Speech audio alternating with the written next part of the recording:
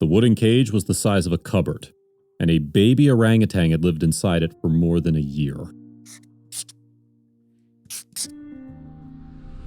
Last month, a team from International Animal Rescue, or IAR, went to a village in the Sungai Raya district of Borneo, Indonesia, with local authorities, and found a 15-month-old male orangutan named Muaro locked inside a wooden cage on a man's property.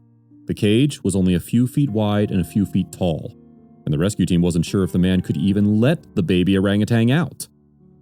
The team have encountered so many instances of orangutans being kept in unsuitable conditions that Muaro's situation will have come as no surprise to them.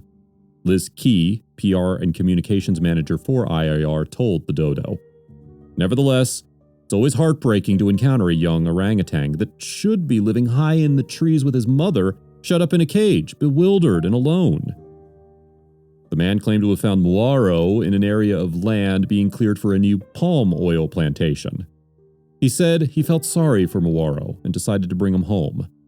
He told the rescuers that he fed Muaro a diet of condensed milk and human food. In these cases, the individuals concerned don't realize that they're doing anything wrong, Key said. On every rescue operation, the team takes time to explain the issues to the people involved, so that they know in the future what to do and who to contact should they come across another orangutan. While there might be truth to the man's story, the rescue team knew that one part was being left out. A female orangutan would never abandon her baby or be parted from it without a fight. Baby orangutans are likely to have seen their mothers being killed, which is why so many of them are deeply traumatized when we rescue them. Like humans, baby orangutans are heavily dependent on their mothers, and Muaro should have stayed with her until he was 7 or 8 years old. He would be living high up in the tree canopy, clinging to her as she moved through the trees, and learning from her how to climb, how to forage for food, and how to build a nest each night to sleep in, Key said. After being freed from his wooden prison, Muaro clung to one of the female rescuers. I'm sure he was terrified at the upheaval after being shut up for so long, Key said.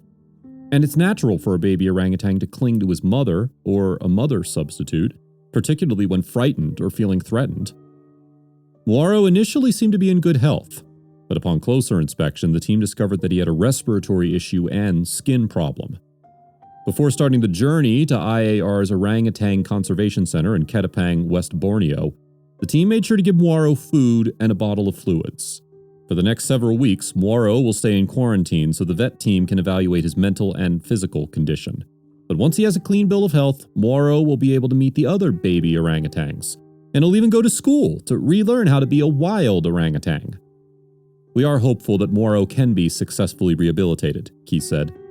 After up to 6 or 7 years at our center, he'll be ready to be reintroduced into the wild.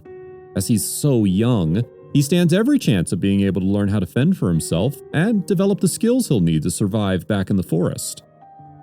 While Muaro was lucky to be saved, IAR is fighting a constant battle to save the Bornean orangutan, which is a critically endangered species.